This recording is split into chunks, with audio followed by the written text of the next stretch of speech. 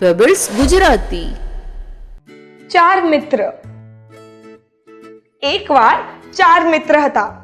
એ લોકોને ભણવાનું બિલકુલ ન ગમતું હતું. પરીક્ષાના આગલા જ દિવસે એ લોકો બધા પાર્ટી કરવા ગયા.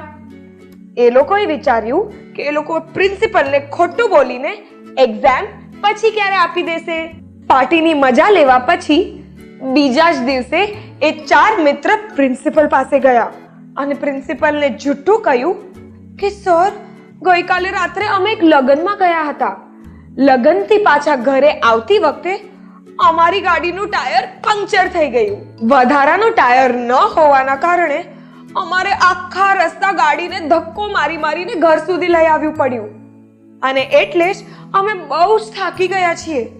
તો શું અમે આ એક્ઝામ કાલે આપી શકીએ?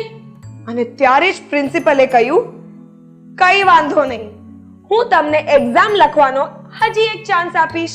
આ સાંભળીને ચારેય મિત્ર ખૂબ જ ખુશ થઈ ગયા અને ઝડપથી ઘરે જઈને ભણવા લાગ્યા.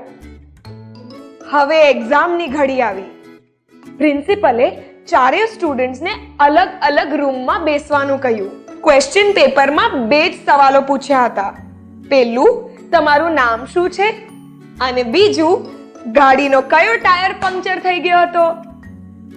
ચારેય મિત્રો ખોટું બોલ્યા હતા એટલે બધાના ઉત્તર અલગ અલગ હતા.